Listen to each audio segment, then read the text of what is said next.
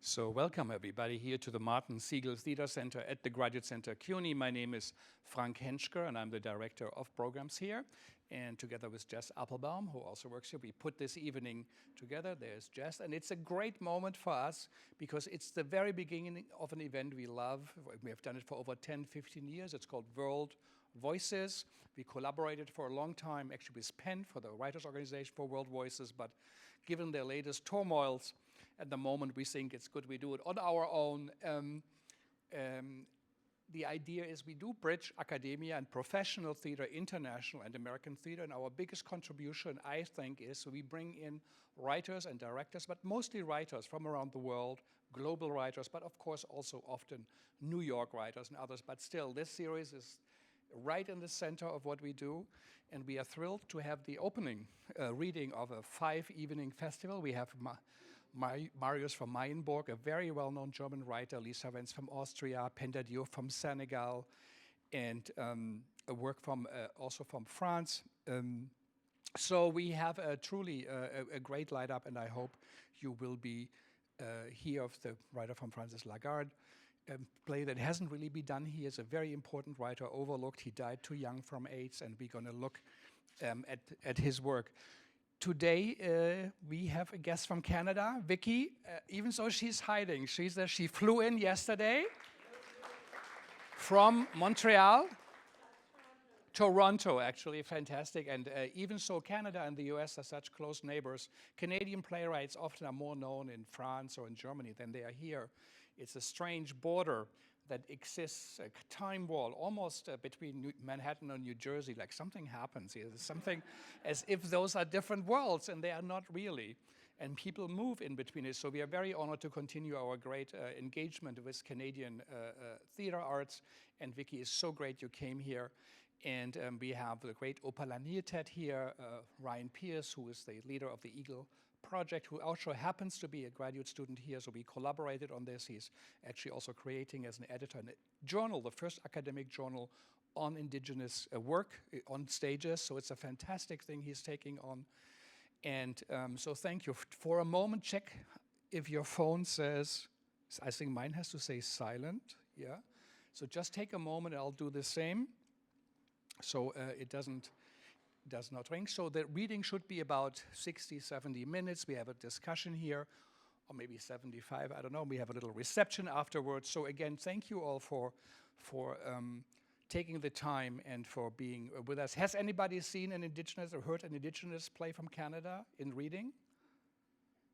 Okay, a couple of them, that's fantastic. So this is very good. And I also welcome all our viewers on HowlRound. It's live streamed on that great non-profit digital platform that covers the Americas, but also globally.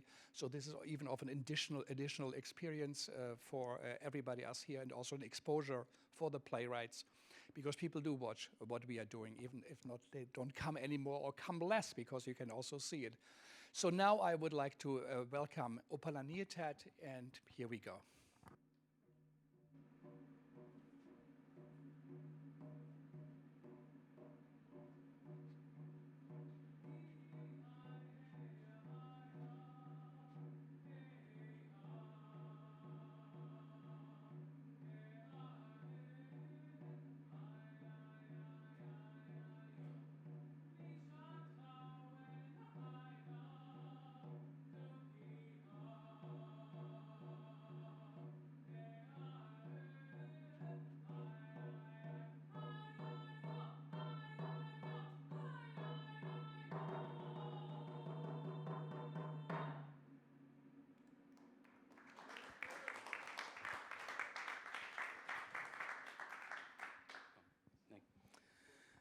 Thank you, Wanishi. Thank you for being here. I'm Opalanietet, which means Little Eagle. I'm a member of the Nanticoke Lenni-Lenape tribal nation and founder and artistic director of Eagle Project, which was founded in 2012. So we've been here all this time.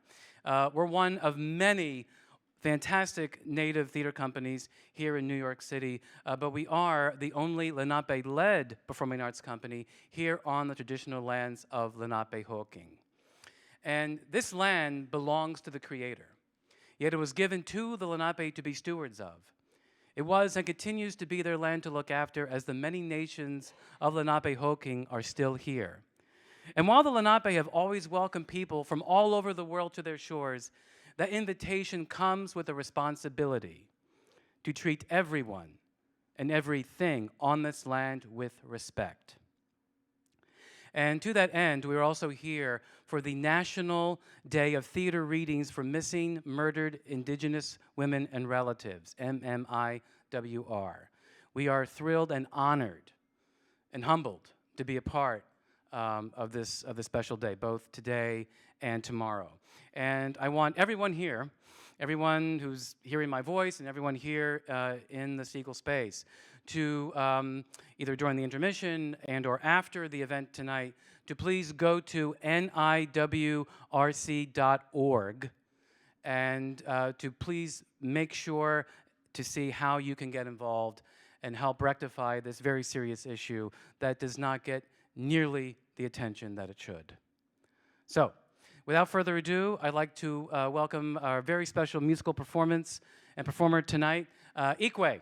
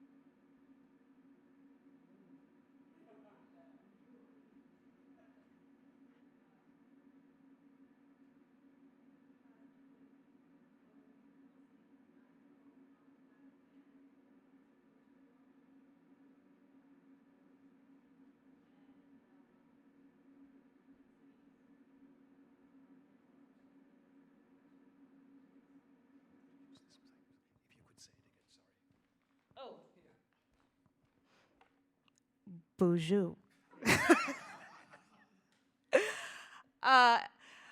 Indigenous as Kelsey, or Ikwe. My name is Kelsey, or I perform as Ikwe, which means woman in the Anishinaabe language. I'm from Minnesota, grew up in the Twin Cities off the res, but my family is from Nagajiwanog, which means where the water stops, by Lake Superior, or as the government recognizes it, the Fond du Lac Band of Lake Superior, Chippewa, in northern Minnesota. And I've prepared about a 10-minute piece tonight in honor of the missing and murdered Indigenous women, girls, and relatives. Miigwech, thank you for bringing me here to share my work. Yeah.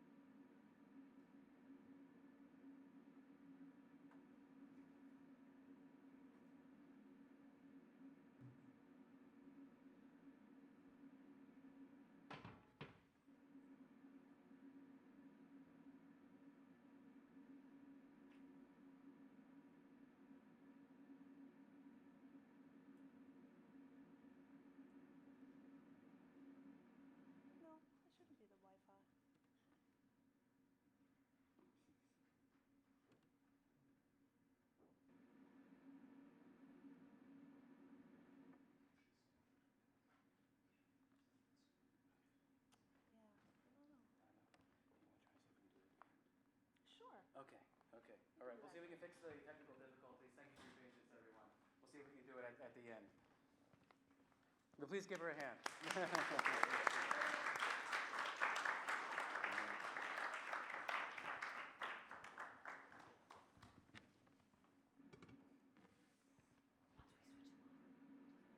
And now I'd like to, if you would like to welcome the cast for our meeting. And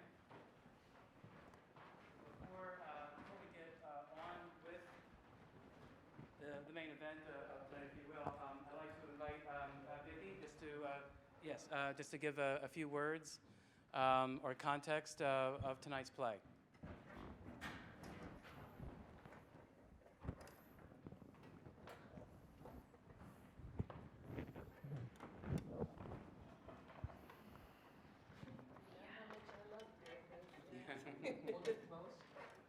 All right.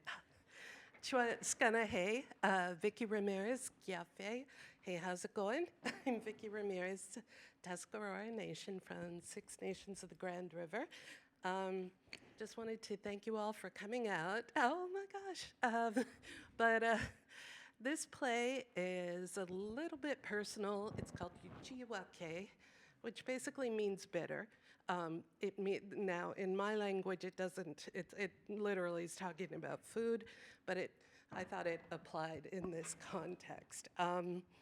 It is a story about a woman finding about her sister, and it was written in response when I found out that somebody very close to me was being trafficked by somebody I knew well and had welcomed into the house and sort of supported and things like that. And being self-obsessed and a little bit vain, I was like, how did I reacted in the weirdest, most toxic way, and I was trying to understand why. And so this play that you're all here to enjoy is the result.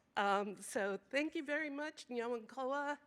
I appreciate you all, and let me know your thoughts. Okay.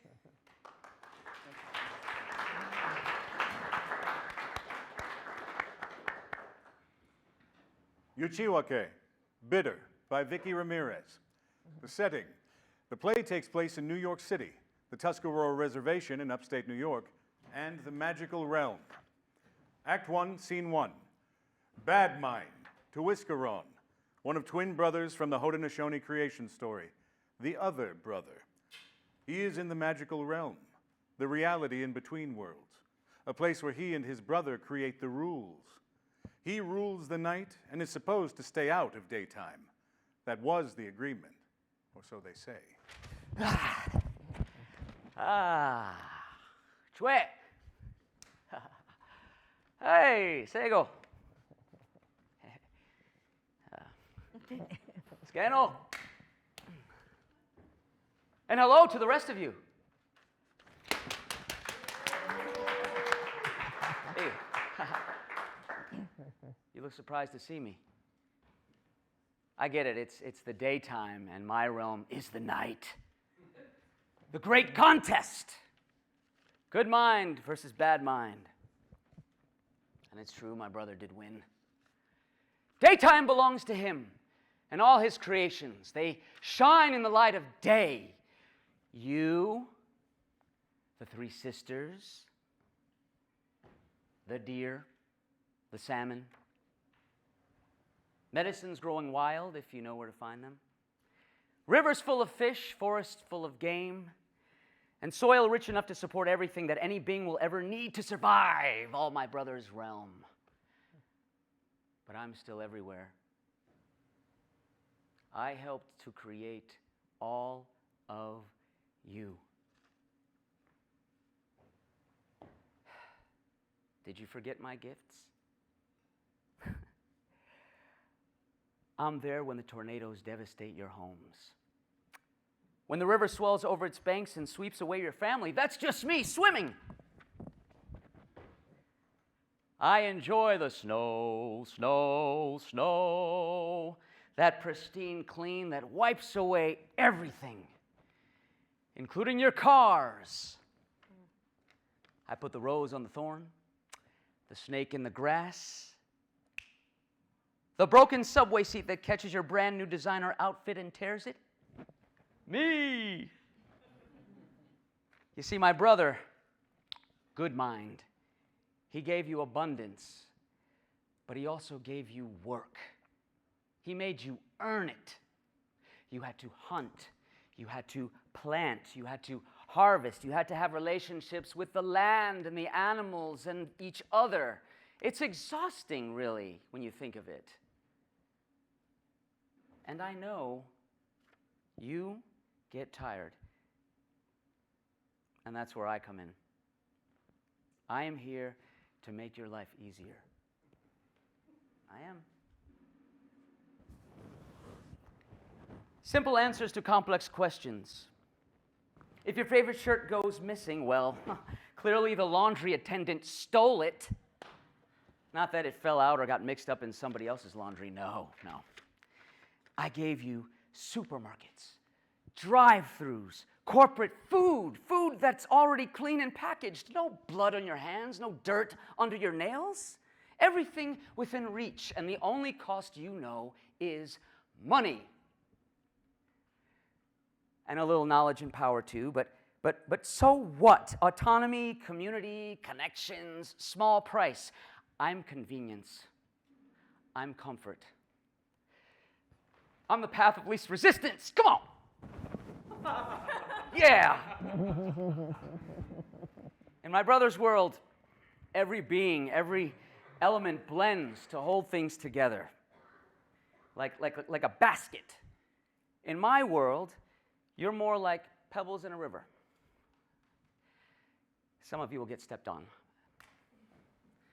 and swept away. Especially if you're indigenous. Hey, you in the back, is that a scone you're snacking on? Fry bread? You're welcome. That's one of my best tricks. My brother gave you venison jerky and salmon belly. So much work. Hunting, drying, foraging. What if you run into a bear who has the same idea? Corn, beans, and squash? All foods you had to work for. I gave you starch and bacon fat. Delicious deep-fried dough that clogs your arteries like a pipeline. So good, you call it traditional now. As if your ancestors were frying flour in Crisco. Convenience, comfort, and the slow, sweet poison that comes about while giving up your power. And diabetes is just a part of being native, isn't it? Come on, don't give me that face. It's hilarious.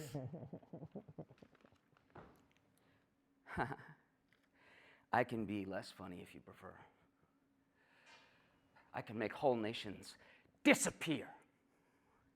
I can make it so that when indigenous people go missing, the assumption is that they probably just ran away or got into drugs or made bad choices, because in my world, the world of corporations and systems and convenience, indigenous people need to disappear. Blend in or be erased, because you're all reminders of duties, responsibilities, of what's owed to the world. Fit in. Assimilate. Don't look at me like that. I didn't force you. I just offered alternatives. Easy answers, convenient targets.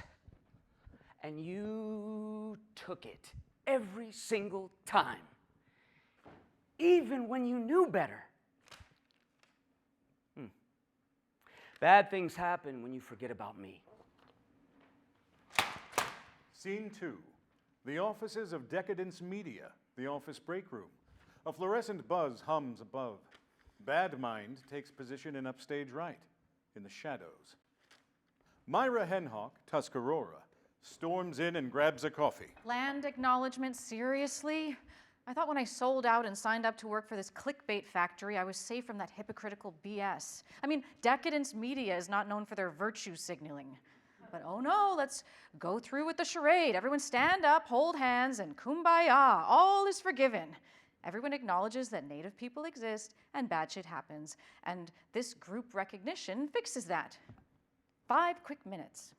And of course, they're all looking at me because I'm the only Indian in the room, and they want absolution. I'd love to say I didn't give it, but what can you do? I want to keep this job and my apartment and my independence in this hellaciously rough city, so I did. I smiled, and I gave everyone a reassuring smile, like I recognized them recognizing me, and that this is Indian land, which is such bullshit because when I walk down the street, no one sees a native. It's all just posturing. Instead of doing land acknowledgements, if you really want to recognize native people, how about meeting some? Go to a powwow or a social, or even just hire more of us. Bad Mind shifts into the exec. He steps into the light and pours himself a coffee. Myra, that was exceptional. Thank you. I thought the slides ran a little long on Didn't matter if I could bottle that authenticity. Great. It's all about ethical branding right now. We're a company with a conscience. We have to be if we want to call out all the other posers. I'm glad it landed. Can you do it again on Thursday? We've got the Singapore call, and I think it would really set the tone. Sure. That's my closer. He claps her on the shoulder and exits. Myra sits. Her cell phone rings. Myra Hentschker. Yes, speaking. I'm sorry, who? Detective? What? Ellie is missing? That's not possible. Okay. Yes. Right away. She hangs up, grabs her things, and leaves. Lights shift. Scene 3. Bad Mind strolls downstage. He holds a flashcard. It reads, Flashback. This morning. "We are at the Women's Shelter. A small office, cheerful despite the fluorescent lights, motivational posters, a fish tank, a desk buried in pamphlets. Ellie Hentschker, Tuscarora, is setting up for the day, rearranging chairs, restacking handouts. Tyler Buck, Cayuga, is mostly in the way but trying to help. He has an inordinate amount of beadwork on for one day labor. Tyler struggles with a folding table. A little help? You've got it. I really don't. Tyler, it's a folding table. Ellie, I think it's broken. It's not broken, there's a latch. I don't see it. Right on the side. I'm looking at the side. Ellie crosses, pops the latch with one hand. The table unfolds perfectly and goes back to her pamphlets. Loosened it for you. You're so helpful. Anything for you, my lady. You are not out of the doghouse, bro. But nothing happened. Oh, that wasn't you? On our sofa with LaDonna in your lap. She sat on my lap. I thought you said she was your friend. She's gorgeous, I get it. My boo. You are so corny. You know you love it. Yeah, well, I better be the only one. Noted. You know that you are, right? Yeah, I know. I'll see you tonight. As long as your lacrosse buddies aren't stinking up our house again. That's the smell of warriors after a battle. It's an honor. Honor the shower instead. Tell them to bring their own towels. You love me. Yep. Stinky and all. Shouldn't she be here by now? I have faith. She really wants to go home. The res is 4 hours from here. Are you sure you'll get back in time for dinner? I'm making vegetarian chili. Yum. I'll be there. If not, I'm calling all the guys. Great. Then I'll call Myra. It'll be a party. Don't you dare. Tyler crosses to her, wraps her in a hug. Just be careful today, okay? It's a client intake. I do it every week. I know, but still. Tyler, it's literally my job. Domestic situations are the most... You sound like a cop. Well, everyone knows it. Hey, I'm good at this, okay? This is what I'm supposed to be doing. I know you are. So let me do it. Come home tonight? I always do. She gives him a quick, firm kiss. He holds on a second longer than she expects. On time? No promises. He grabs his jacket. Haudenosaunee women. Terrifying, right? Every single day. Ellie goes back to her pamphlets.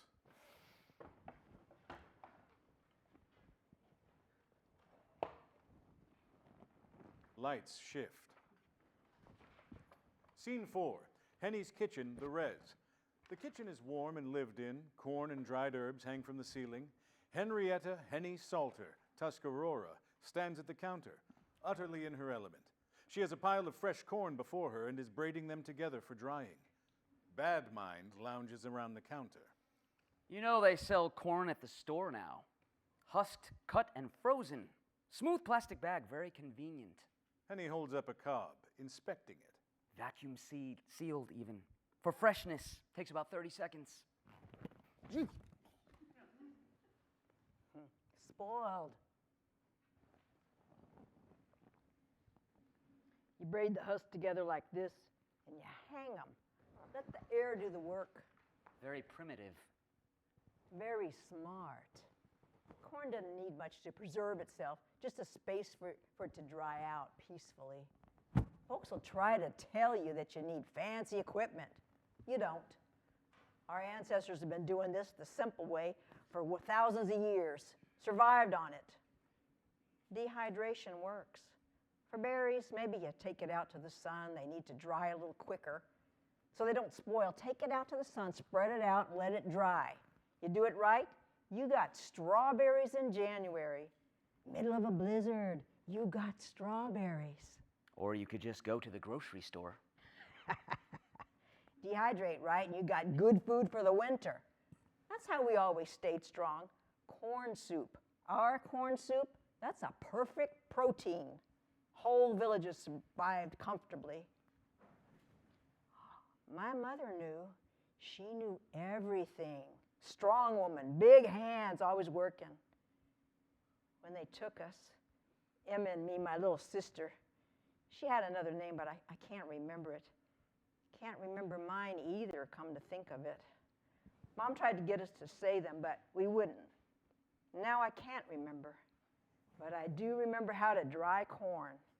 And I remember that when they took us, she refused to accept it. She got a ride up to the door of that school and she said, "Give me back my children." Can you imagine just walking right up there like that? Bad idea. Of course, it upset them, the teachers, the administration.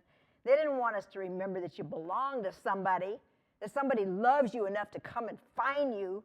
They punished us for our mother's transgression of wanting her children back. Henny braids. I was old enough to understand what we had to do.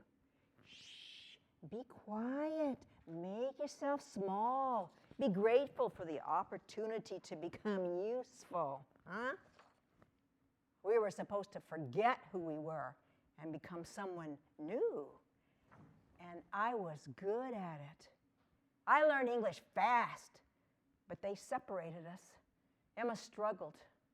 I didn't fight when they cut my hair, made my bed every morning, didn't argue, didn't draw attention. If you forgot the old ways, you survived. I learned that. I graduated at the top of the class. Emma had a harder time. She didn't understand what they were doing. She missed Mom, but kids who cried for the mom got beaten, fingers broken, and soon she forgot she was loved. She didn't come back right, but I made sure that I survived. I made sure her girl survived. And I told him, you keep your head down, you speak proper, you look respectable. You don't give them a reason to look at you. Henny's phone rings. He hands it to her. Hello? Yes, this is Henrietta Salter. I'm sorry. Say that again? No, my girls are good girls. Ellie would not just...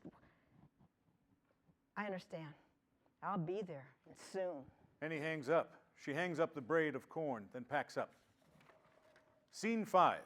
Henny's kitchen, the res, evening. The corn braids still hang from the ceiling. Myra enters, still in work clothes, keys in hand.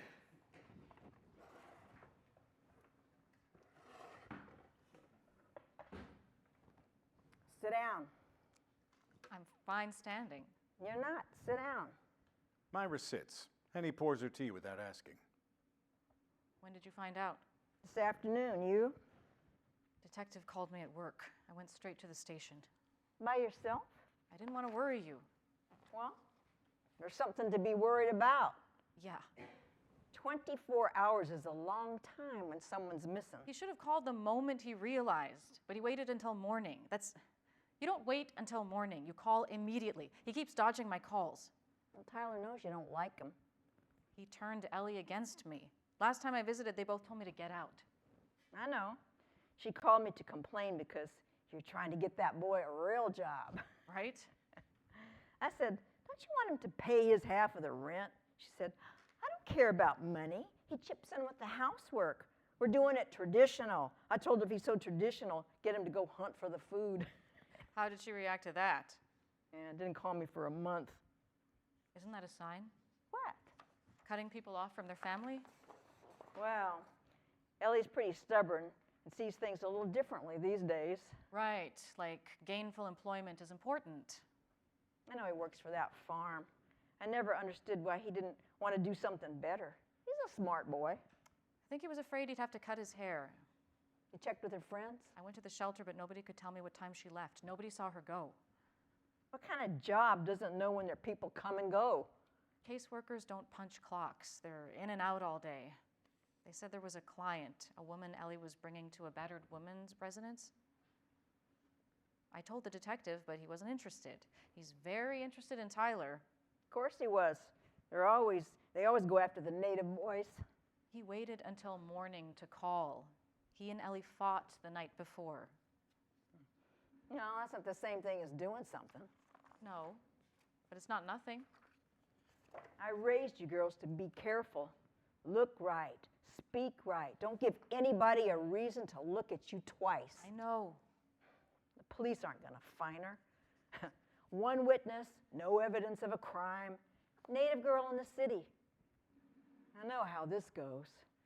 I've always known how this goes. Scene 6, the police station, night. 2 plastic chairs face a metal desk, institutional lighting, the kind that makes everyone look guilty. A clock on the wall. Tyler sits alone. He has been there for a while. There's a half-eaten vending machine sandwich on the desk. Bad Mind steps in, modeling Detective Davies. Myra enters, still in her work clothes, bag over her shoulder. You came. Of course I came. She sits, looks at the sandwich. How long have you been here? Since this morning, they said they had questions, and that was 8 hours ago. They can't hold you. They're not holding me. I don't want to leave. Tell me what happened. She kissed me goodbye, 9 a.m. She was excited. She'd finally convinced a client who was in deep trouble. Ellie had a whole plan. She was going to bring her up to the reservation. She wasn't worried. She was going to be home for dinner. And when she didn't come home... She was still a little mad. I didn't want to micromanage, so I waited. We don't keep tabs on each other like that. You should have called me immediately. Yeah, probably. Tyler! Yeah, what would you have done, Myra? Called the police, filed a report. You think they would have moved faster if you called. You didn't even check if she was with me. She wasn't talking to you. Sure, we hadn't talked in a minute. 3 months. You haven't spoken in 3 months. Well, whose fault is that? I don't know. I think I'm looking at her. I spoke to LaDonna. Of course you did. She said the fight was bad. LaDonna wasn't there for the making up part. Nobody ever is. LaDonna and I have history. She's not exactly being objective. What kind of history? The kind that's over, the kind that Ellie knew about and was fine with because we're adults. And Ellie trusted me, which is more than I can say for everyone else in this conversation. Did you hurt her? No. Tyler? I said no. We fought, we made up. She kissed me goodbye and she was smiling. That's the last time I saw her, and I need you to believe me right now because you are the only person in this building who might. I don't know what I believe. So why are you here? Because I don't know. Because Henny thinks they'll stop looking if they fixate on you. Bad Mind stands, becomes Detective Davies. Sorry for that. Thanks for staying, Miss Hentschker, Mr. Buck. He pulls up a file. Here's what we got.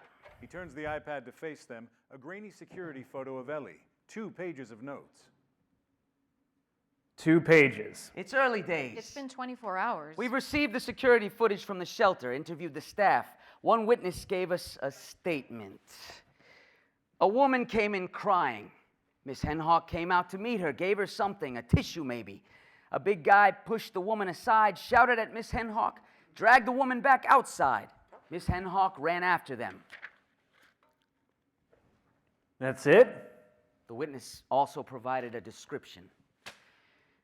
The woman was maybe 40, smallish, long hair and sad eyes. The man was older, but there was a lot of darkness in his aura.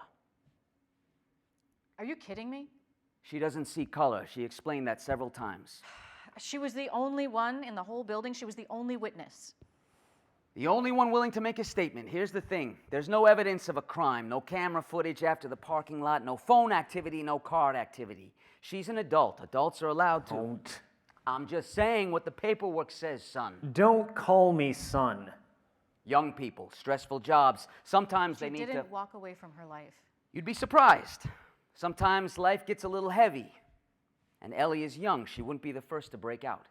Ellie doesn't walk away from things. She walks toward them. That's literally who she is. You sound sure. I'm her partner. What does that mean? It means Mr. Buck is very sure that something bad has happened to Ellie. I'm just curious why he is so sure. She is my partner. And partners are always the first ones we look at in situations like these, because you're so sure she is missing. Wait a minute. What about this fight about LaDonna Miller? Miss Miller has an agenda. Your neighbor confirms there were frequent arguments, loud ones. We're 2 people in a studio apartment. Of course there are arguments. Were you getting tired of the situation? Getting tired of the apartment size, not the person. Miss Hentschker, has Mr. Buck ever been physical in front of you? No. Why? If your sister is really missing, in more than half of these cases, it's the partner. It's different for Native women. 80% of the perpetrators are outside of the community. That's not a statistic I'm making up. That's federal data. Convenient that you know that. Convenient that I know a lot of things, including my rights. I'd like a lawyer now. He needs a lawyer, but he didn't do anything. Tyler, did you? Lawyer. You can head out, Miss Hentschker, but stay available. We may have some more questions. He picks up the iPad. Mr. Buck, get comfortable. I'll get that lawyer. Myra and Tyler freeze. Mind steps out of Davies. He hangs the jacket carefully on the back of the chair. He is himself again. I would never hurt her. Do you believe me? Myra picks up her bag. I believe they're not going to find her if they're only looking at you. That's not what I asked. I know. She heads for the door. Lights down on Tyler, alone. Act 2, Scene 1. Myra's apartment, 6 months later. The apartment is scattered with posters. Myra is napping on the sofa. Bad Mind comes in and throws around the missing posters. Snacks on Myra's open takeout. In the shadows, Ellie sneaks in behind him. Bad Mind peers over his shoulder, but does not see her. Ellie hides behind the sofa until Bad Mind leaves. Ellie sits down beside her sister. She nudges Myra. Myra doesn't wake up. Ellie claps like Bad Mind. Nothing. She nudges Myra. Myra doesn't wake. Myra? Myra, wake up. Myra! I don't know how long I can... Of course you can't hear me. I'm invisible. Literally. That's funny. All those years with you and Aunt Henny telling me to be quiet, well, surprise! No one can hear me now. That's not fair. Boarding schools screwed everything up. Taught our people to be quiet, to be ashamed, to hide. Which doesn't make sense because in our community, women run things. But Whenever I wore my beaded earrings or a ribbon skirt. Cosplaying Indian again. Who are you trying to impress? Rides in subways. Henny was even worse. Make sure you're presentable. You're the kind of native who gets a job. You go to school. Look like it. And you know what? I did that. I blended in, and I never felt comfortable in my skin again. But you were so proud. Wonder of wonders, you even liked my boyfriend, Kenny. Remember him? Button-down shirts, internship at the law firm. You loved Kenny. Always asked about him. Gave him advice, invited him to your birthday dinners. Even Aunt Henny liked him. He was using me to score drugs. Because if I really loved him, I'd go talk to Jake to see if he had anything with him. Telling me to be nice because Jake really liked me, and if I was nice, he would give us more. Making me make out with his frat brothers, anyone who had something he could score. I was young and stupid and so desperate to fit in, but one day I realized what was coming, and I left. I did that myself. It's so insidious. What we'll do to be valued. How somebody who claims to love you can see you as a commodity, like government cheese. But I learned, and still you didn't see it. I don't know if it was because I was so good at hiding it by then, or if you were just so accustomed to disappearing yourself. It doesn't matter. I let my hair grow. I started wearing my beads, and I wasn't silent anymore. Somebody had to fight. Somebody had to speak up, claim space, and stop worrying about being difficult. And yeah, they might come for us, but that can't stop us from being loud and difficult. That's why I like Tyler. He's like me. He's difficult. And it works for us. Yeah, he can be an asshole. But he sees me, and I see him. And I see you too, Myra. But now I need you to see me. Really see me. Because there's nothing scarier in this world than a woman who wants to live free. Wake up, Myra. Ellie shoves Myra's shoulder hard. Wait, what? Are you really here? Wakey, wakey, sleeping beauty. This isn't possible. I know, you leaving old stinky takeout all over the place, impossible. You're not... You're right. You're dreaming. Now give me the remote. She plops down beside Myra and starts clicking through the channels. What are you doing? Looking for the news? New York 1 echoes across the room. Still no clues in the disappearance of 25-year-old Ellie Hentschker. We spoke with the family's representative, her partner, Tyler Buck. Ha, family. He is. Besides, you're avoiding all the interviews. Tyler had to step up. It's been over 6 months and Ellie is still missing. The shelter refuses to release the name of her last client. The police refuse to get a warrant. Because the client herself was Indigenous and Ellie was supposed to be taking her to the res, they are arguing jurisdiction. What that means is jurisdiction is too complicated and they don't want to jump through the hoops. Ooh, that's a good picture. I'm glad that you used that one. A great picture of both of you all loving and cuddled up. He was good to me. We had our problems, but he was good. He separated you from your family. What are you doing? Looking for more info. Ellie clicks a few times, stops as the Harry Potter theme song plays. That's not the news. Mind your business. Look at you all colonized. Hey, he has magic. It's not entirely colonized. But J.K. Rowling... Oh, shut up! I'm pretending she doesn't exist. Oh, the hypocrisy. I can't help it. With one hand, she gave the kids of the world a wonderful gift, and then with her other hand, she smashed everything to bits. I get the appeal. All our kids' stories are so tough. The stone giants, The cornhusk doll? Oh, forever without a face because she admired herself too much. So unfair. She was born beautiful and everyone admired her. Why shouldn't she? She didn't take care of her responsibilities because she was so busy admiring herself. They could have warned her. Not our people. Learn fast or learn hard. That's how we roll. Yep. Speaking of, remember the hand.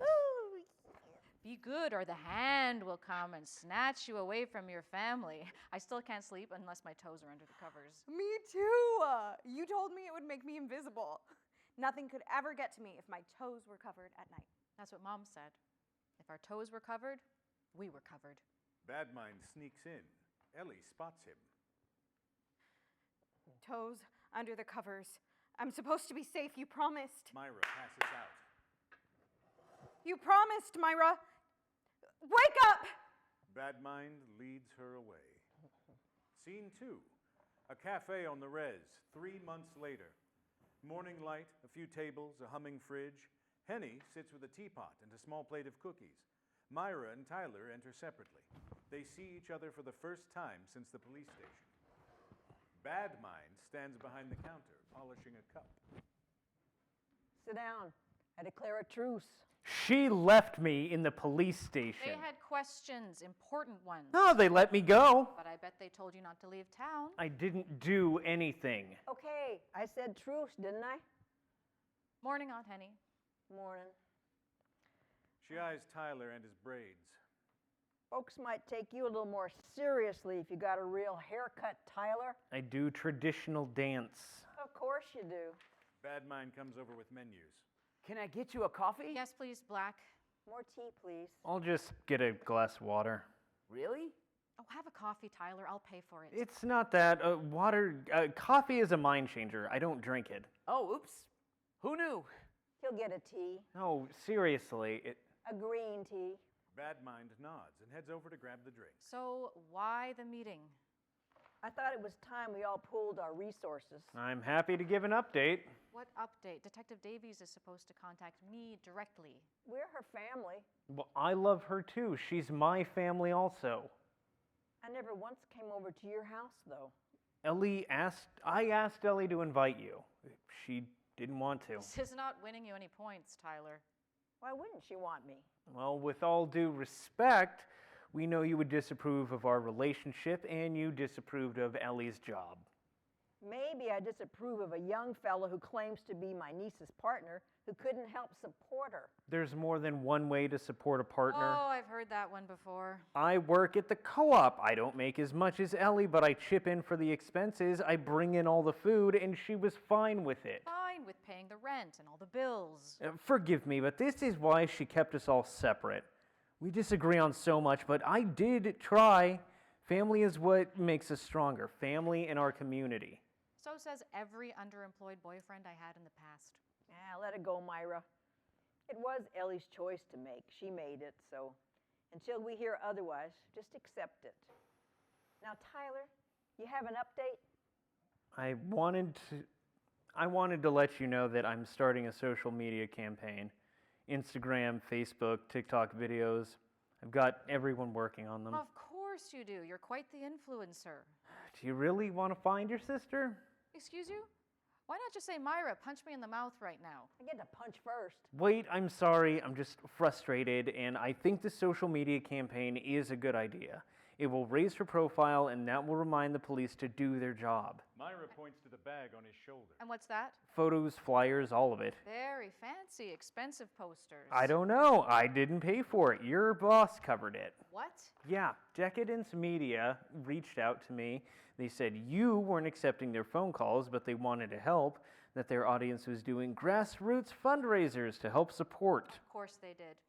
They wanted an Indigenous story from me. Well, they got it. Bad enough my sister is going viral. It all turns my stomach. That online posturing, fake empathy. Ellie deserves more than that. She does. She deserves every benefit and support that we can provide. We're already working with the police. They've interviewed everyone already. I'm lucky enough that I have a couple of witnesses to back my alibi up, but they're not looking anywhere else. I told them about that last client she had. They don't care, and the shelter is pushing back. Why would they they do that? It's a bad look when an employee goes missing from a battered women's shelter. People will stop coming. Exactly. And meanwhile, nobody has seen her since. The police are trying to push the idea that she's a party girl who just wanted to be free. That's not Ellie. I know. See? What did I tell you? They see an Indian girl who's a little fun, a little bit wild, and automatically they assume she's reckless and getting herself in trouble. Ellie isn't reckless. She'll have a little fun, but live as traditionally as we can in the city. That's wild enough, believe me. I used to tell these girls, make sure you look good. Make sure you look presentable. You don't want to draw too much attention. They want us to erase ourselves. There's nothing wrong with looking indigenous. It's who we are. Bad enough they try to take our language away. When I was in school, if we spoke the language, they would hit your fingers with a ruler, hard and sharp. First time, it was 3 hits with the flat. Second time, it was 10 times with a sharp edge. And the third time, you get a broken finger or dragged off to the office for a whipping. You weren't allowed to speak to each other. The only time you were allowed to speak was on Sunday at church and only in English. They said it was to remind us not to get in trouble. People got in trouble a lot. I'm sorry that you went through that. I learned to follow the rules. The kids who didn't follow rules got into a lot of trouble, and sometimes they never got out of the trouble. A reckoning is coming, I promise. We've heard that one before. Is that your plan, Tyler? To become this great social justice leader? Is Ellie going to be the martyr on which your new career rests? I hope not. Remember, Tyler, Indians who cause trouble get in trouble. That's what they wanted you to remember. And it worked. I survived because I remembered. Aunt Henny. Don't Aunt Henny me. You both need to listen. I did what I had to do. I kept quiet. I learned their words better than they did. But your generation, you like to shout. Silence never saved anyone. Well, it might have saved Ellie. She was being loud, wasn't she? Henny, if we stay silent, if we follow the rules, there's no consequence for them. I'm willing to get arrested for causing problems because otherwise they could forget her, and I'm not going to stand for that. All you're going to do is cause more noise, more distraction. You don't know that. Henny pours herself more tea. Then fine. Make her famous. What? Put her face everywhere. Make people remember her. Make her famous like a movie star. At least then if she gets hurt, people will know. I promise. Henny, you don't understand. They'll monetize her case. They'll pose with pictures of her and make stupid videos. They make it about them. Doesn't matter, does it? As long as people know she's gone. It's all going to be about a T-shirt instead of about who Ellie was. Somebody who cared a lot about people. Myra. Cares a lot about people. She's still here. I would know if she wasn't. And let them twist. They're going to do what they're going to do. Just let them look at her face while they do it, because it's a good face. It is. I'm glad you got those good posters, Tyler. Then we're agreed. I'm posting tonight. He stands. Badmind's reflection glints faintly in the cafe window. Just remember, boy, Indians who cause trouble. Well, maybe it's time to get in a little trouble. Tyler exits. I don't want people tearing Ellie's life apart online. At least they'll know her if they see her. Myra exits. Lights dim. Intermission. 10 minutes, please.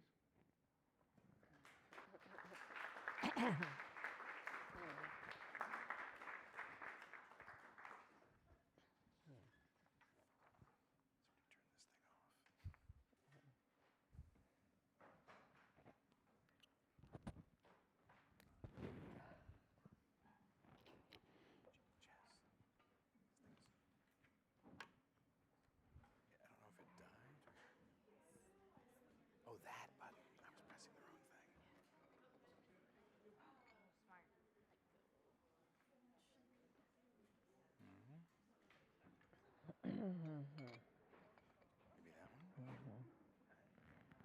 It's okay.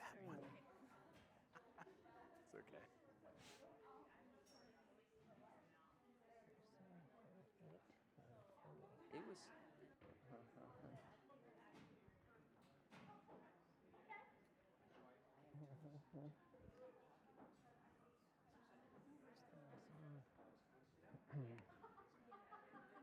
Yeah, his is like louder than everybody's.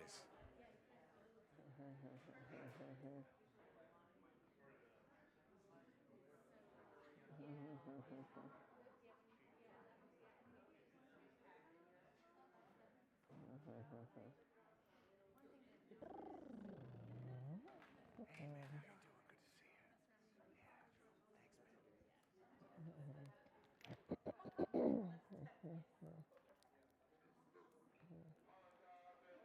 Good to see you. Yeah,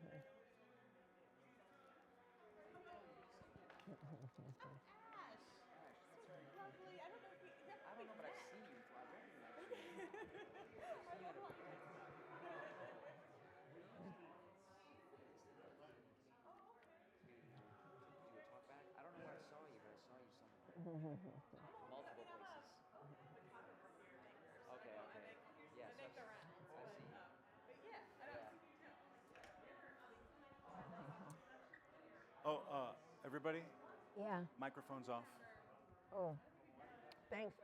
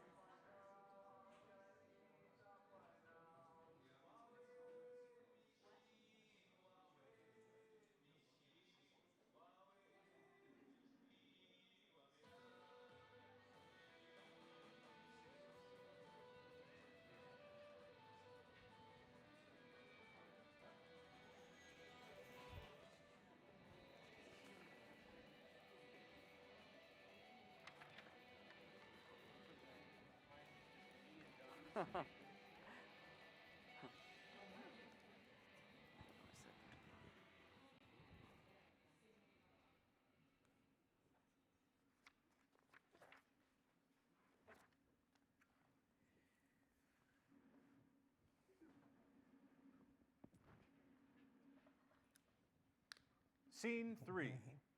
Myra's apartment. Myra is seated in front of her computer with a glass of wine, searching for clues. Ellie's poster is in frame on the table. Bad Mind enters, helps himself to her wine, picks up the poster of Ellie, studies it, and sets it face down. Myra sees him. Put that back. Bad Mind turns the poster face up. Myra Jean Hentschker? Present. Myra Jean, age 32. Rude. You can see me now, Myra Jean. I could always see you. I just didn't want to. And now? I know you. You're the voice that told me to smile at the land acknowledgement. You're the voice that said, keep your head down, fit in, don't make it worse. You're every easy answer I ever took. And look how well it turned out. Very comfortable, very convenient. What do you want? I want to help you find your sister, same as always. Let's talk about Tyler. Let's not. He's doing very well for himself. All those donations, the CNN interview. I know what he's doing. And? And I don't think he hurt her. No? I do think he's building something on the back of her disappearance. Ellie's army, the fundraisers. He left his job. Now he's an activist and an influencer, and everybody loves him, and my sister is still missing. She's missing, and he's famous. He seems happy with the trade-off. I didn't say that. You implied it. I said he's exploiting it. That's different. Is it? Because the end result is the same. Ellie is gone, and Tyler is thriving. Myra closes the laptop. You want me to go back to blaming him. Native boy did it. Case closed. Nobody looks anywhere else. It makes sense, doesn't it? Wow, you're sneaky. You really earn your name, Bad Mind. My, you have changed. You didn't believe in me a year ago. Oh, I always did. No, Henny made sure you forgot. Henny threw a corn cob at your head. Henny survived by keeping quiet. Henny survived despite keeping quiet. There's a difference. She's been carrying that school in her bones her whole life, and she's still the strongest person I know. Let me show you something. A projection reads, Hypothesis 1.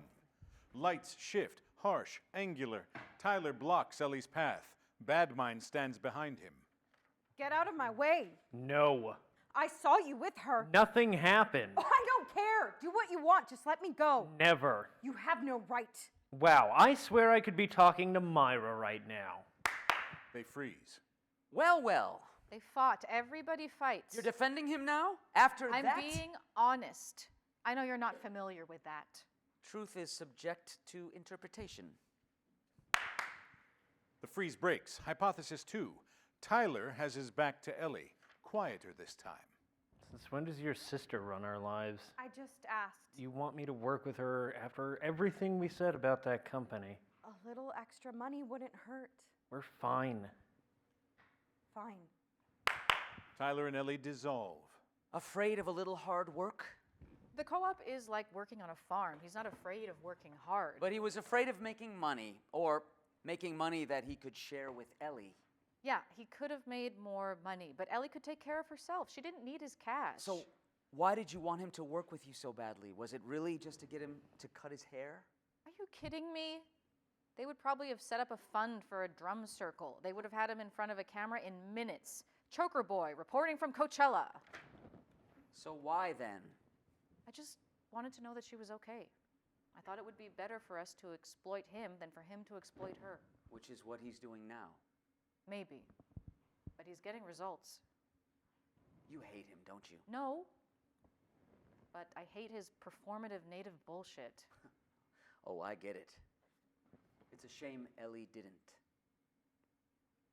But it's not all fake.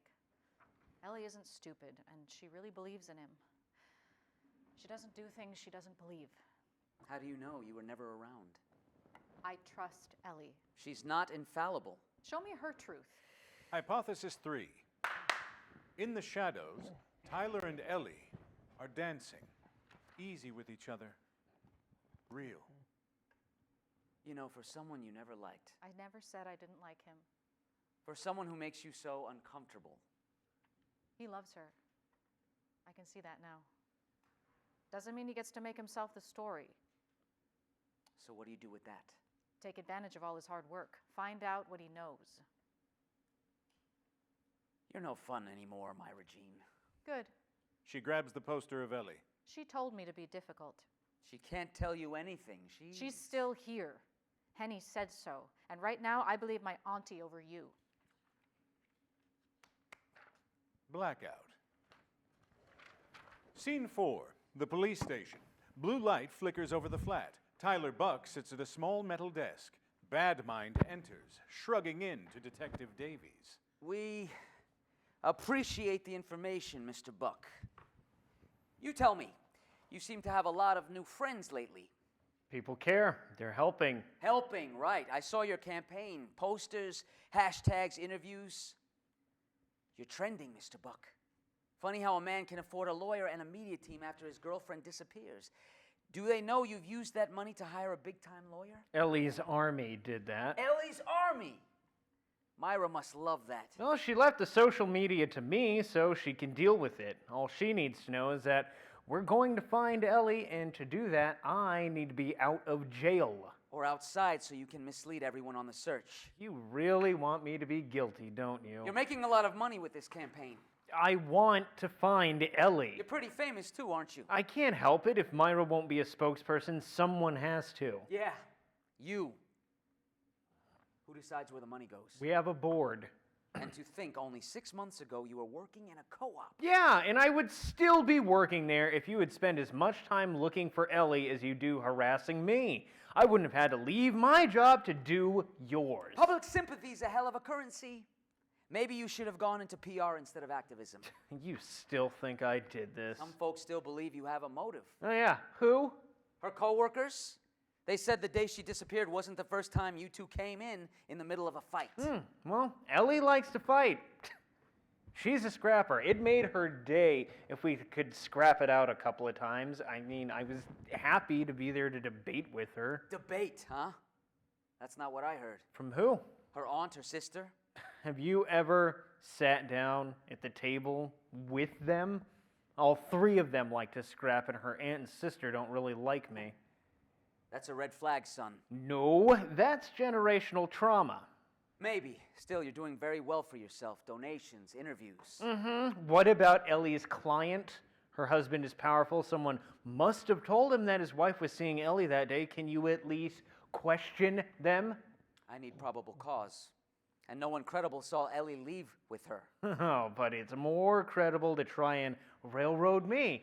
This is why I started the campaign. Just do yourself a favor. Go home, keep your nose clean, wait for updates. We'll be in touch. Tyler exits. The world shifts. Scene 5. Henny's kitchen. Early evening. The kettle hums. Bad Mind lingers unseen. Lights up. Myra bursts in. I went to Ellie's job and they handed me a restraining order. A restraining order. You must have said something to set them off. I asked questions. I wanted the truth. That's all. There must be something else. Maybe I pushed a little, just a little. And they got lawyers involved. I need to find out about that client. I think what you found out is that whoever that client is, her husband must be pretty powerful to shut everybody down. So? Powerful people are dangerous people. Then maybe I'll be dangerous too. I'm bringing you back to the city. Pack a bag. I'm not dangerous. Oh, yes, you are, because you carry truth. Tyler can't be the only voice for Ellie. You don't need me underfoot. No, I need you leading the charge. They won't listen to me. They're over Tyler, but they'll listen to you with that fabulous auntie energy. Don't worry, I'll grab your stuff. Bad Mind materializes behind Henny, brushing flour off her shoulder. I think she's ready to get loud. Leave her be. I'm talking to you, Auntie. Henny pushes Bad Mind away. Finally ready to stop pretending? Stop trying to trick me. I'm not tricking, I'm teaching. I teach hard lessons, that's all. You're here because you like trouble. You like pain. Both are excellent teaching tools. Now to your niece. What did you do? Nothing. You know that. Because if I did something, you would have felt it, right? Or so you say. She's my niece. I don't know. I thought the school beat all that out of you. Didn't they? The ones who taught you how to be a good little girl? Good little girls don't listen to feelings or use their intuition because that's what makes them dangerous. And what happens to dangerous Indian girls? My girls aren't dangerous. Their existence is dangerous, isn't it? You taught them how to survive, get a good job, sit straight, speak proper. Don't scare the settlers. You don't know anything about it. I know everything about it. I was there in those schools, sitting with you every day, whispering in your ear when they cracked your knuckles for speaking your language. Keep quiet, I said. Keep your head down. You listened. I came home. Did you? I think you brought the school with you. You definitely brought the lessons, passed them down like fine china. Myra holds it close. Ellie tried to drop it, and you called her reckless. She was reckless. No, she was free. That's what you can't forgive. Myra storms in with a packed suitcase. Did I tell you they started a fundraiser at work? I go in and everyone's wearing a t-shirt with Ellie's face on it. They want Tyler to come in and do a talk. Uh-oh, the boy you said was trouble. They see him as a victim. They see Ellie as a victim. They see all of us as victims. It's outrageous. Tyler makes them feel good, makes them feel like they're helping. You see him walking proud, hair long, heart open, and it burns. You were punished for that. He walks with what you buried. Stop talking like you know me. Henny, we used to pick apples together. Myra turns back, oblivious to this exchange. Where are your warm gloves? It's starting to get chilly. I'm not going. I know you hate the city, but I need you around for a little bit, okay? Ellie's gone, and all I have is Tyler, and he's a jackass. You're a young woman. You should get out more. Right now, what I need is family. Myra steps back out to grab more of Henny's things. The Hen Hawk women reunite. You should start a band. You can leave now. Never happening. That fear you fed them is mine. You carried me from those classrooms into their bones. Maybe it's time to feed you something else. She hurls a knife. He ducks out, and Myra rushes back in. Auntie, are you all right? Spider. Impressive and slightly terrifying. Only if I'd succeeded. That's the terrifying part. Myra grabs her arm, escorts her to the exit as lights fade. Scene 6, the cafe. Stacks of flyers, tape. Tyler is at the table sorting posters. Henny is seated across the table helping. She holds up the poster. It's a beautiful shot of Ellie, vivacious and alive, laughing into the camera. That's a good photo. Her eyes look alive. That matters. Yeah, took a while to find one that wasn't blurry or cropped weird. You picked right. She looks strong. People forget she's not a victim, she's a person. You've been working hard. I gave you a hard time before about all this. Yeah, you did. I take half of it back. Half! That's generous. Don't push your luck. Eat yet? Had some soup, kind of. Instant. I don't know, it was fast. What you kids call food these days. It was cheap, and it was warm, and it did the trick. Was it Indian soup? This place doesn't have our soups. Well, that's a shame. I know, I get craving it sometimes. Did Ellie ever make you some? No, she didn't have the stuff. I'll make it for you. Really? I appreciate what you're doing. It's Ellie. I'm not doing enough. You still need to eat. I'll get you a sandwich. I'm good, Henny. Are you sure? I can buy a sandwich. Ooh-wee, that's some smile. Now I see how you caught my niece. And he blushes, too. Haudenosaunee women, my uncle warned me that you're all dangerous. Cayuga, wasn't he? Yep. Figures. Did Ellie give you a hard time, kid? Nothing I couldn't handle. Laugh, Tyler Buck. That's #1 in the survival guide. Myra enters, dropping her bag. Glad you two are having fun. He was telling me how Haudenosaunee women scare him. Oh, good. We should. Got the new posters printed? Always ready for your close-up, huh, Choker boy? Myra Jean, mind your mouth. I'm just trying to keep Ellie's case active, that's all. Yeah, well, you're good at that. Decadence Media is waiting. What's that supposed to mean? It means you and I aren't so different. We both know how to make something look good for the camera. Even tragedy. Myra, enough. He's profiting off her disappearance. Doesn't that bother you? He's looking for Ellie full time. He needs to eat and keep a roof, but he's not doing anything else. All of a sudden, you're a fan? I don't really get the social media thing, but I do know that more people are talking about her case, and I'm getting calls from reporters. All he's doing is posting her photo every day. Well, I think it's working. If posting her photo 100 times gets one more person to remember her, why do you care? You both want the same thing. You're just too stubborn to see it. Maybe. You know, you both talk about her like she's gone. She's not. You know, that if I listened, you'd know that if you listened, and I look at her and she's too alive to be gone. They all stare at the poster.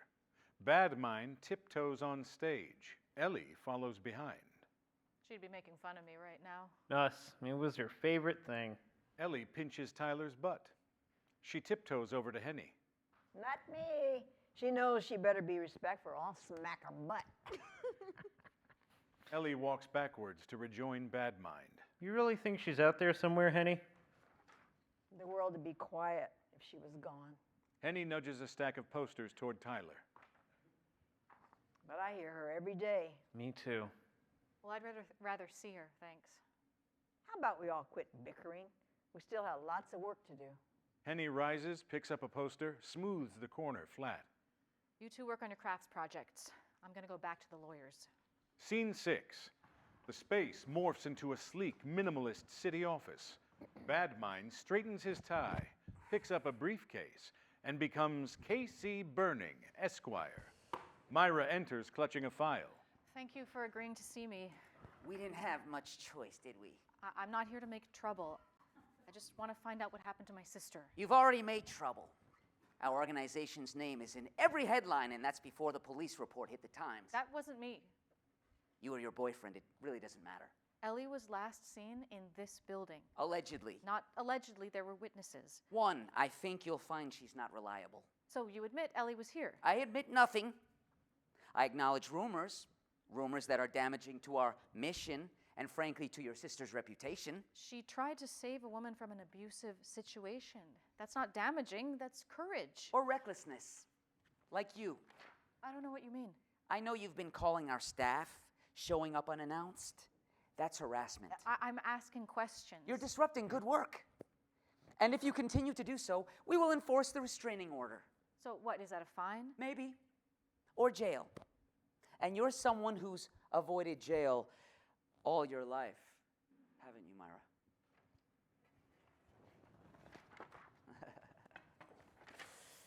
Scene 7. Hypothesis 3. Myra's apartment. Myra is on her own, eating a pizza for one at the table. There is a pounding at the door. It is Tyler. Hey, we found the couple Ellie was talking to. Really? Yeah, after the CNN interview. Congratulations, by the way. It wasn't about that, and you know it. I know you sure were ready for your close-up. Tyler pulls out his phone, shows her the image. Thomas and Elizabeth Powers. Thomas works for the fracking company that was pushing the Williams pipeline along. Ellie went there to protest, met Elizabeth, and they started talking. It turns out Thomas was not an easy man. He's a bully physically and emotionally. Ellie suggested Elizabeth meet her at the shelter. How did he find out? Thomas likes to follow his wife. He was the one who ran into the building and pulled Elizabeth out. That's why she ran out after them. Yeah, Thomas was not happy, and when Ellie ran out and got in between them and that douchebag laid one on her, it knocked her out. Elizabeth called the ambulance, and they took Ellie to the ER. Why are we still talking? Let's go. Scene 8. Bad Mind runs on stage.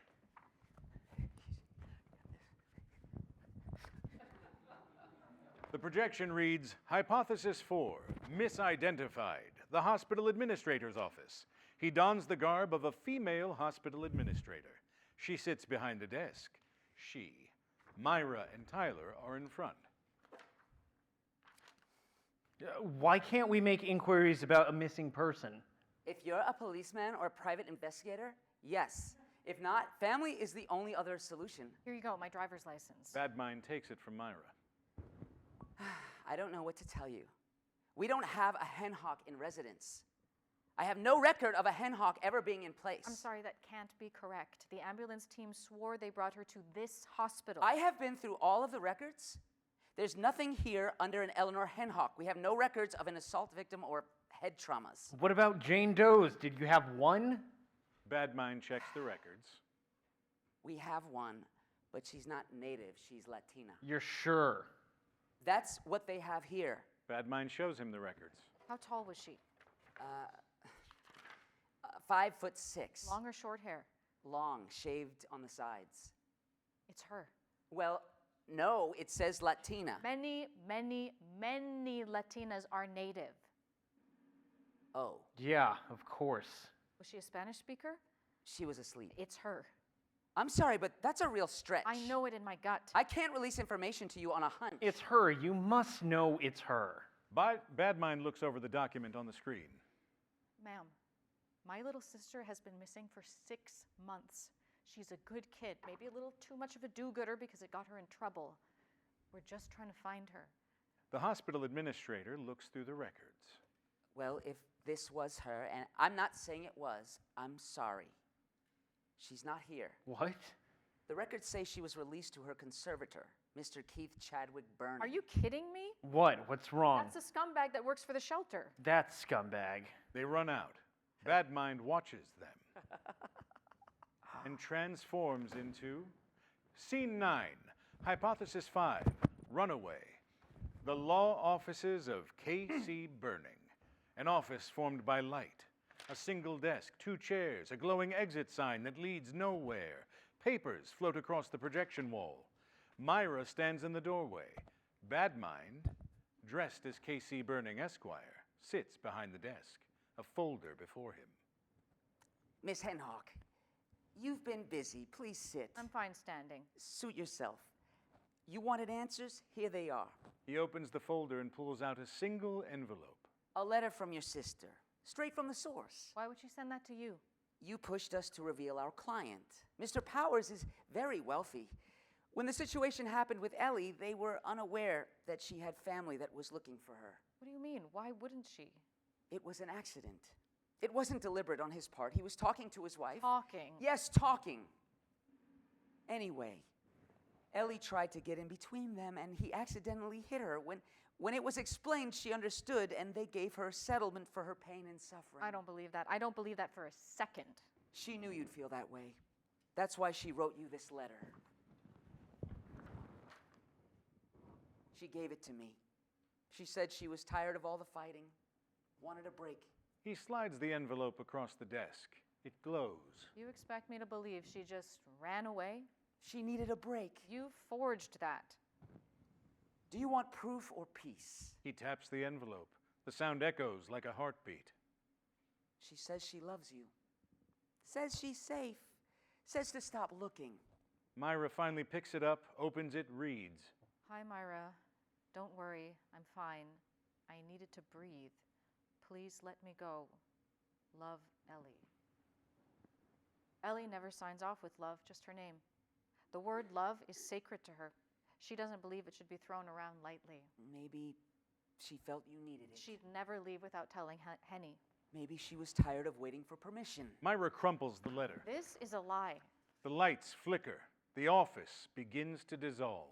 Take the story, Myra. Everyone will believe it. Another native girl who ran away. Myra slams the letter back on the desk. Exits. Scene 10. The projection reads, The Meeting Hall, the day Ellie went missing, the truth. Myra wanted an explanation. She wanted a bad guy, so I created one. All of these situations could have happened. All of these situations have occurred. An endless cycle. The hand comes for us all. At least in my world, there would be a lesson. Ellie enters and starts setting up her flyers. Tyler follows and helps again, just like in the first scene. A memory. You're not out of the doghouse, mister. Nothing happened. Oh, that wasn't you sitting on her sofa with LaDonna in your lap? Yeah, she sat on my lap. I thought you said she was your friend. She's gorgeous, I get it. She's a model, so. You are everything I've ever dreamed of, my boo, and everything I'll ever want. You're so corny. No, you love it. Yeah, well, I better be the only one. I love you. Yeah, you do. Why don't we leave now? Tell them you're sick or something? Ty, I can't do that. This is my work. Plus, that one woman might stop by. I don't care, and I don't care about that woman. You have to. I can't just leave her there to suffer. Tyler drops the furniture he's moving and goes to her. I want you with me. She hugs him again, then separates and returns to work. Ellie, please? Lights down. Tyler is alone. We hear Detective Davies from off stage. Sorry, son, it's out of my hands. How is that possible? We only have one witness to Ellie's disappearance. There's no evidence of foul play. The best we can say is the circumstances were suspicious. There's no evidence of a crime. Since Ellie's an adult, she can do what she wants. She can disappear. She wouldn't leave me like that. Maybe. But we only have your say-so. You can hire a private detective or check with your tribal police to see if they can do anything. She wasn't on the res, they don't have jurisdiction, and they don't have jurisdiction over non-tribal people either, so they wouldn't be able to prosecute if something happened. The res has bureaucracy too, huh? Yeah, what about the FBI? There needs to be evidence of a crime. So you're saying that I have no options? Sorry. Light shifts. Tyler and Henny in the New York apartment. I'm glad you could stop by. She hands him a large Tupperware of soup. Oh, thanks. That's Corn soup. our corn soup? Yep. I was going to do a Three Sisters, but I thought you need a serious meal. So I brought out the big guns. Wow, Wow, what? I thought you didn't like me. You're nice enough, good kid. Doesn't mean I don't wish you'd cut your hair or let me buy you a suit. I'm not going to stop until I find her. I raised them right. Made sure they were respectful. They lived a good life, but it doesn't matter because they still get you, don't they? Ellie didn't do anything wrong. She was living her life. We are supposed to be able to do that. Myra enters. Got your soup? Yeah, it's pretty amazing. I know. I'm hoping Henny made enough for us, too. Of course I did. I also wanted to stop by because I have some news. I closed Ellie's case. Yeah. Doesn't matter. I'm not going to stop, and neither are you. You can't even get a podcast to talk to anymore, which is not surprising. 12 months and still missing. No updates. One cease and desist letter. I'll find a new angle. The system isn't set up for us, so we make our own.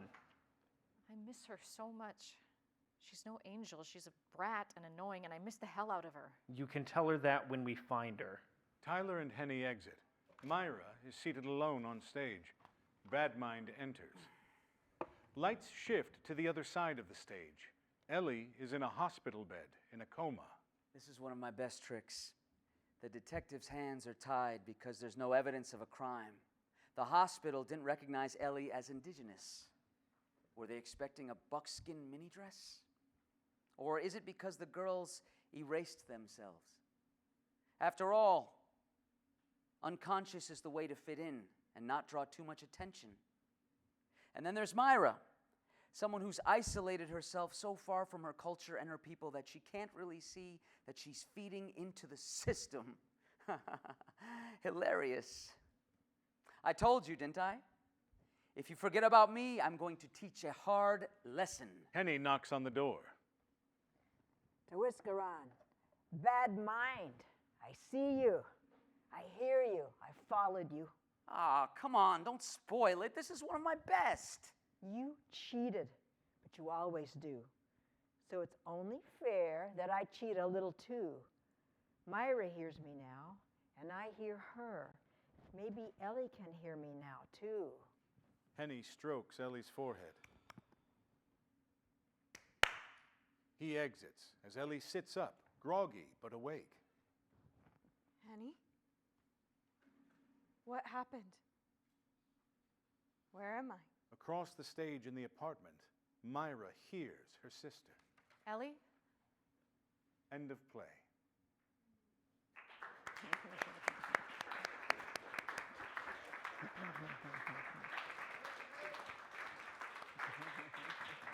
What? Everybody up, everybody up.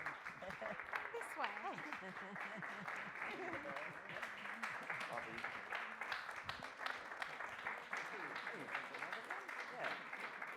Hey, you. Oh. There she is. Woo, Vickie! Thank you all for coming. We're going to have Ryan Opalanietet and come back up. Yes, well, first, I'd like the actors to introduce themselves. Oh, yes, that's right. Yes. Oh, sure. Oh. Take the microphone and pass it down. Okay. Donna Couteau, Henny. Yeah. Maria Fernanda Diaz, Ellie. Jessica Randville, Myra. Matt Cross Tyler. Sean Taylor Corbett, Bad Mind. I'm Jake Hart, stage right.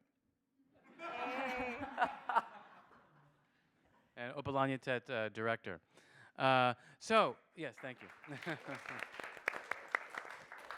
Now, before we get to the talk back, I'd like to bring Ikwe up one last time, who will do a drum song. Woo!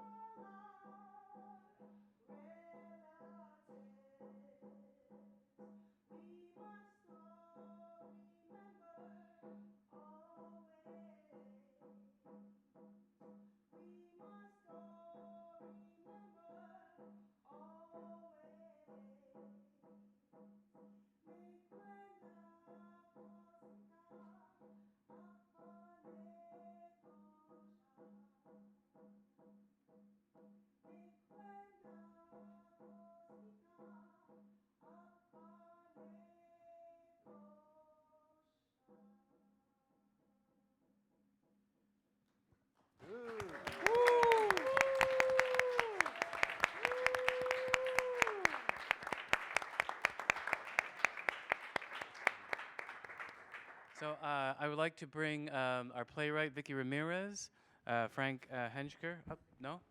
You want to do it? Okay. All right. We'll just be Vickie and I thought.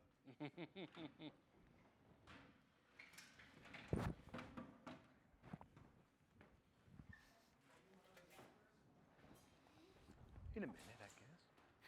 Well, actors, please take a seat and be part of the discussion. Sure. You know, sure. So, yeah.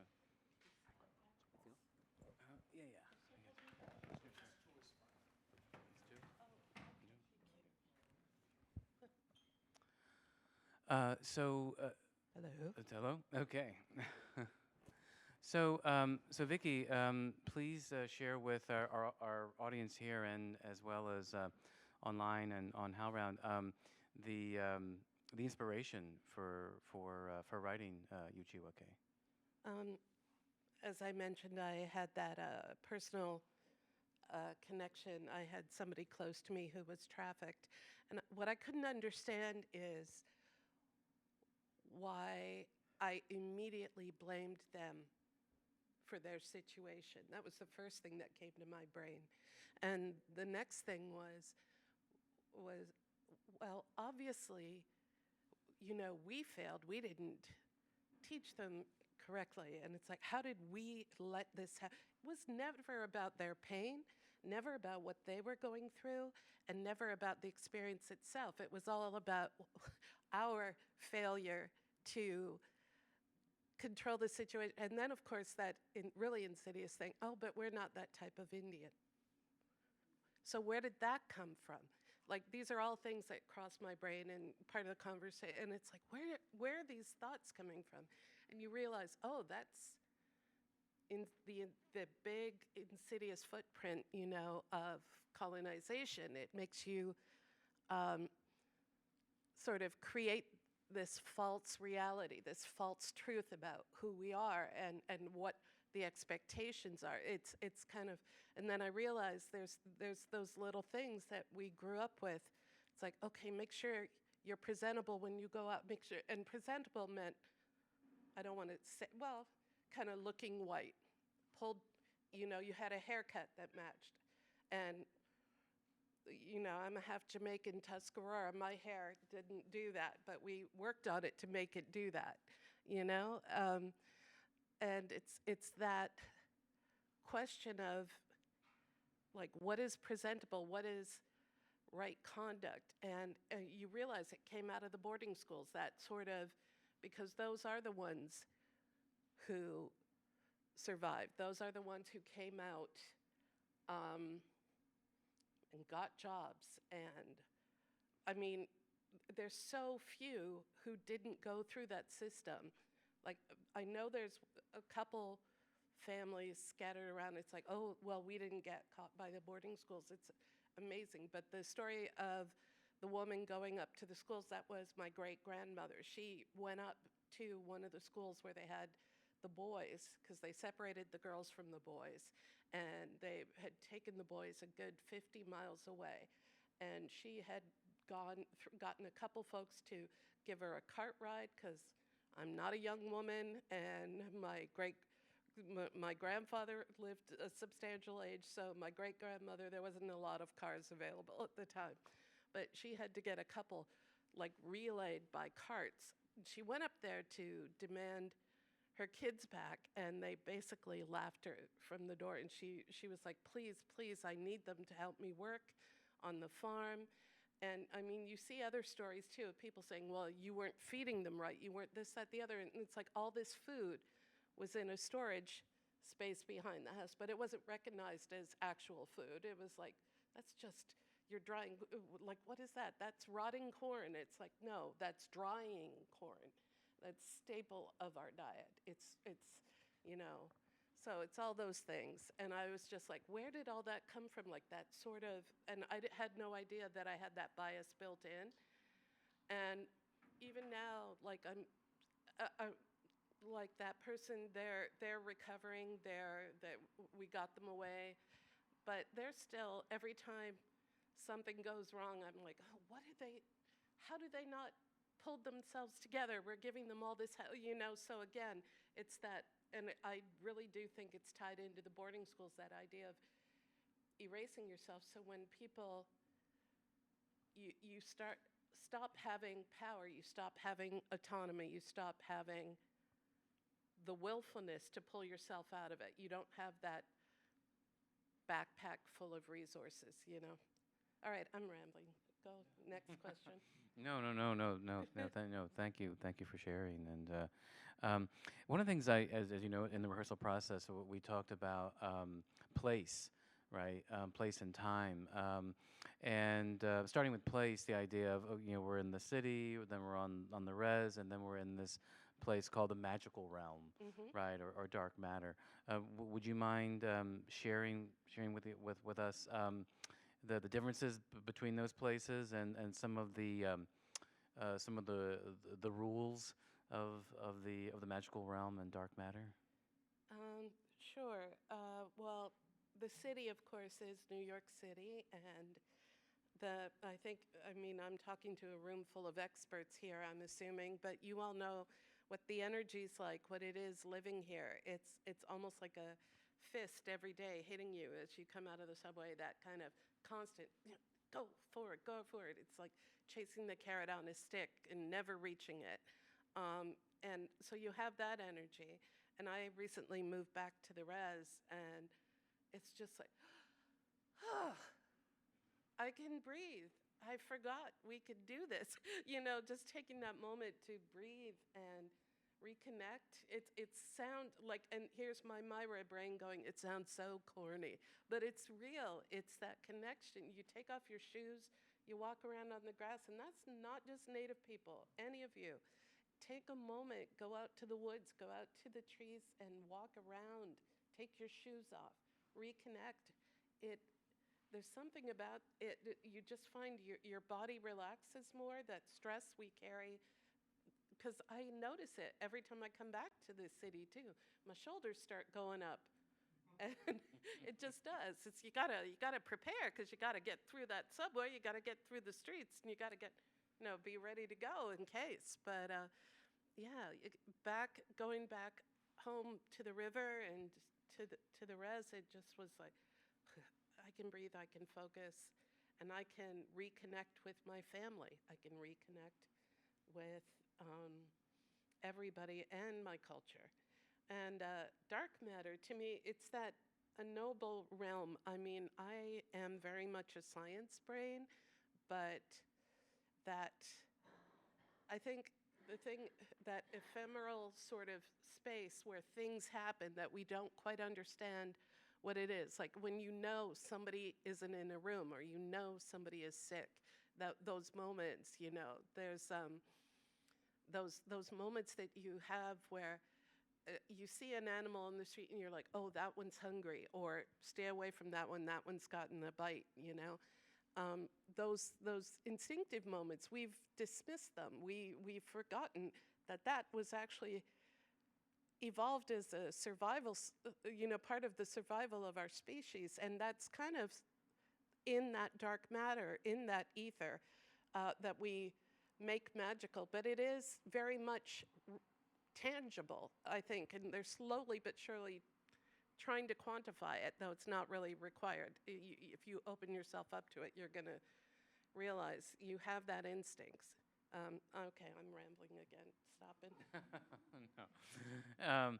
And then, would you talk with us about the use of time in the piece, right? Because we kind of jump back and forth in terms of the time, as opposed to like one linear line. Would you mind sharing with us the use of the time and why you chose to use it that way? Yeah, I felt like this wasn't a linear story. Like, to me, it's very much a liminal space outside of time where these moments come together. And it wasn't so much an intentional choice, but it evolved because there was so much data that I was working off of, so much quantified data with different sort of things, those vignettes, those ideas about this is like a payoff. That was from a case I'd read about. Misidentification, that's from many, many cases of missing and murdered Indigenous persons. They get misidentified, and it's amazing how that stops the case from being like just small things, because there are no clues and things cut off when you misidentify somebody. You become nameless, you become faceless. The bureaucratic black hole that is the investigations of crimes on the res and the investigations of crimes connected to the res, because it is that spiral of, well, tribal police have to get involved, but they can't kick it up to BIA unless they know for sure it's an actual crime. How do you prove that? Usually by something like blood or broken glass. It has to be visible. And if it's not visible, how do you kick it up there? It's like, well, she's missing. Well, she's an adult. She's been gone for a couple weeks. Adults can do that. So there's a whole spiral that happens. I just remember one case of a woman where it took the FBI a year to get involved, and she was missing. And she was, and how she was found, it was from an indigenous volunteer group led by a woman who got fed up and connected with her community and started doing searches herself. And she bought an ultrasound on eBay and found the body in the lake. But it's like all those things together, and then with that person close to me experiencing this, I'm like, how? And then I started thinking about, it's not just the ultimate worst. It doesn't have to only be death. When people go through that trafficking experience, that's another devastation. But it's not, oh, well, they're not dead. And it's like, no, they're not dead, but they are not the same person who was taken. So there's all that. So that's why I'm like, I can't tell a linear story with all that going on. Totally, yeah. And how would you say Yuchewahkenh fits in with within the broader body of your work? It's always about straddling the two worlds. I'm very much a contemporary native, very much a creature of colonization and culture, though, because I didn't grow up on the res. I grew up right next door. My mom, she had to move when she married my dad, but she couldn't bear being that far away from her family and from everybody in the community. So they moved right next door. But I've always had that sort of push and pull and back and forth. And so my work reflects that balancing act. I think we all have to do it, though, in some way or another, where you try to stay in the contemporary world and try to compete and try to, establish yourself in some way.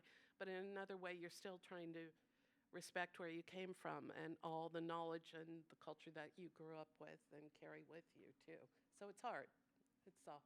Absolutely, absolutely. I'd like to open it up to our audience and our cast. Does anyone have any questions that they'd like to ask? Okay, we'll go Jess, and then we'll go with the person in the back. Oh, okay. I guess we'll go with them first. And hello. Okay. In listening to your story, I'm a retired law enforcement. Wow. When you were relating to the law enforcement, is that in the United States or is that in Canada? That's in the United States. That's where I got most of my data from for that. Is that in like New York State or? Yeah, that was from the Dene. Oh, the Navajo. Yeah. Okay. Yeah, I'm Apache, Jicarilla from New Mexico, so the Dene and the Jicarillas are like battling siblings. Oh. So that's how well we know each other. But there's just so much that needs to be said about this whole thing, you guys. I could sit down and share things for hours and hours on end about what we're facing when our Native women go missing. There are so many reasons as to why these things happen. Yeah. And it's all sad. I spent over 20 years doing the calling of an investigator. And, sometimes you win and sometimes you just can't get anywhere, you guys. A lot of what's going on with our Native people on the outside too, there's people involved that will threaten people, You keep your mouth shut or, you're done. And that really exists out there, you guys. Even today, even though I've been retired for a long time, in certain areas, I still have to look over my shoulder to make sure that I'm not being followed, or to see if I recognize somebody that could be a threat to me. So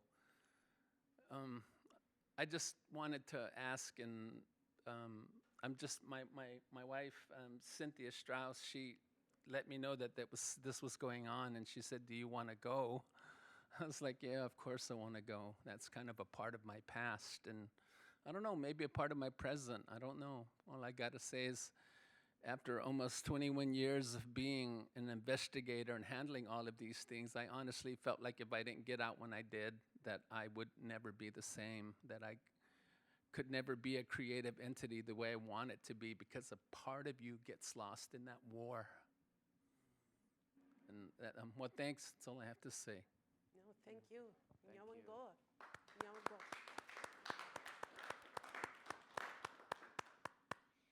And I just want to say that's another reason why, was anyone able to go to the National Indigenous Women Resource or to that link over the break? If not, then please do to see how you can get involved and help with this issue. I'm sorry? Yeah, it's the National Indigenous Women Resource. And let me double check so I have the exact wording.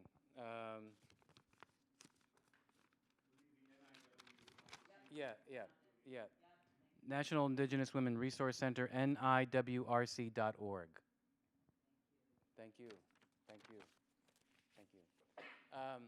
Any other questions? Or comment? Yes. Thank you. Just, I want to speak to your bravery in writing the play. More than anything, and being married to Alan, I've had very close experiences with many similar stories and people that real life situations. But I'm an actress and I'm involved in the League of Professional Theater Women, and I'd love to speak to you about that, invite you to get involved. And more than anything, please tell the stories and get them out to the world, because the world wants to hear, especially women coming together as mothers and as sisters, to understand what each other are going through in our individual cultures. So I just want to commend your bravery in writing the play and coming here and presenting it, and thank you. And I don't know what else to say, but I think it's really important to encourage women to put their voices out. So thank you. Thank you. Yes. Donna, did you want to say something? Vickie, I just wanted to ask you, how is your relative, your niece now, and is she able to get help, counseling? She's working on it. Okay. It's good to know that she's doing well. Thank you. Hey, everybody. We want to thank you again for coming and being a part of this today with us. So much has been said that is empowering, that I want to remind everybody, not just to go to the NIWRC, but if you leave here tonight thinking, oh my goodness, how can I help? How can I be a part of this beyond just reading about it? I would love to activate each and every person in this room. At the federal level, there's something called the Violence Against Women Act. It was enacted decades ago by many of our strong hearts, led by Indigenous women and Indigenous leaders. And throughout history, it's been complicated, and in many states, it never gets enacted properly.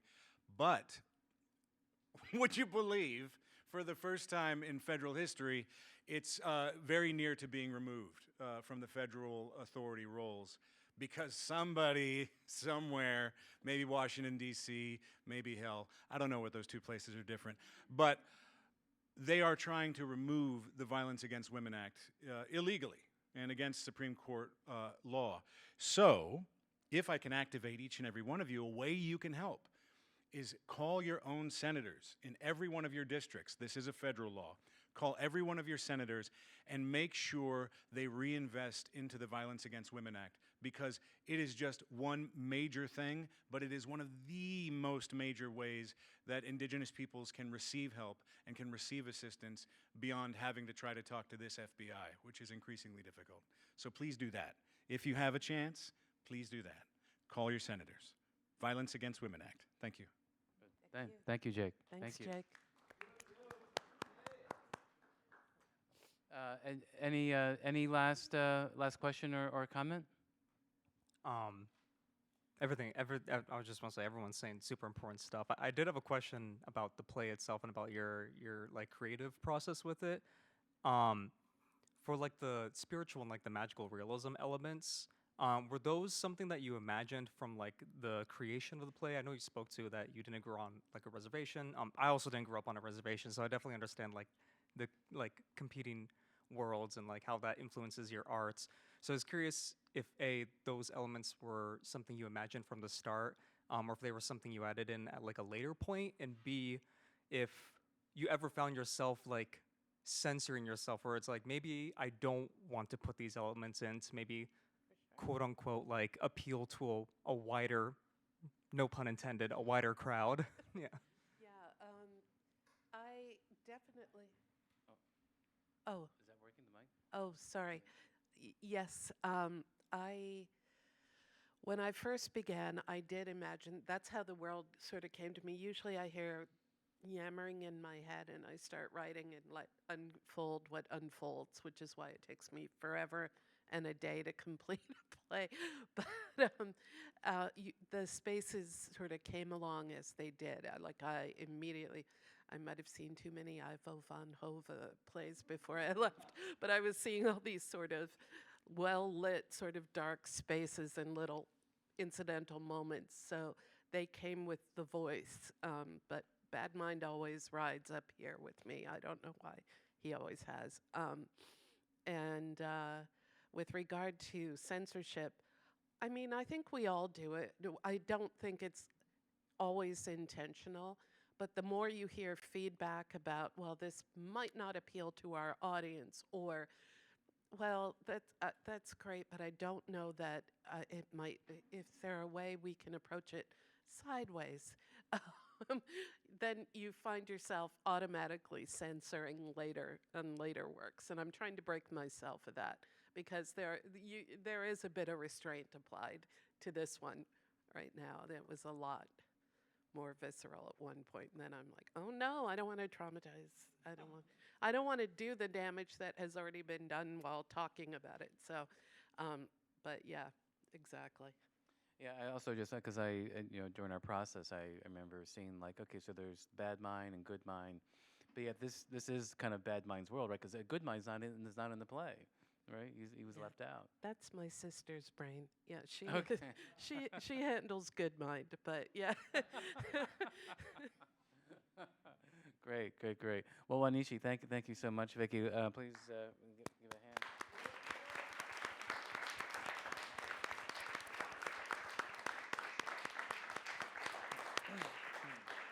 hand. And again, I want to thank all of you for coming. I want to thank all of our sponsors. I want to thank the Segal Center.